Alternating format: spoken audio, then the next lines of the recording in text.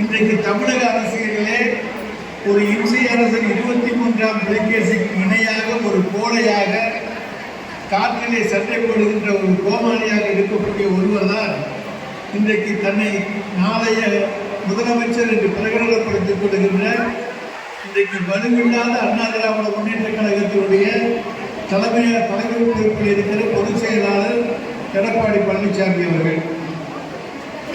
அவர் என்னன்னா கத்தி பேசினா உண்மையாயிருன்னு நினைக்கிறார். சத்தமா பேசினா உண்மையாயிருமா? எந்த காலத்தையும் சத்தமா பேசினாலும் கத்தி பேசினாலும் பொய் உண்மையாகாது, உண்மை பொய்யாகாது. அது தெரியாம அவர் தன்னுடைய கட்சியினுடைய நிலை என்னன்னே தெரியாம சட்டமன்றத்துக்கு வர்றார். சட்டமன்றத்தில் கன்ஸ்டியூஷன் சுதந்திரத்தை பற்றி பேசுகிறார்.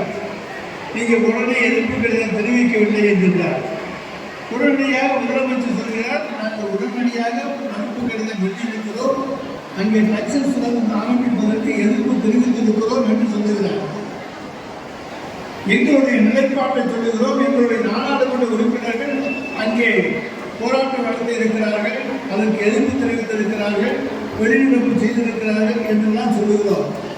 ஆனால் முழு பூசணிக்காய சோதனை நடக்காமல்ல அந்த ஆள் தாங்க எடப்பாடி பழனிசாமி. பாராளுமன்றத்திலே கன்சீல் கனிம சுரங்கத்தை போன்ற அந்த சுரங்கங்களுடைய சட்டம் மாற்று சட்டம் வருகிறது.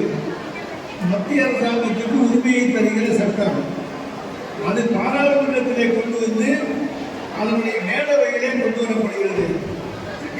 பாராளுமன்றத்தில் அதிமுகவுக்கு ஆள் இல்லை, ஆனால் மேலவையில் அவங்களுடைய உறுப்பினர்கள் இருக்கிறாங்க. அந்த தம்பித்துறை எந்திரிச்சு வீராவாசமா பேசுறார், இந்த சட்டம் தேவையானது, இதை நாங்கள் ஆதரிக்கிறோம்.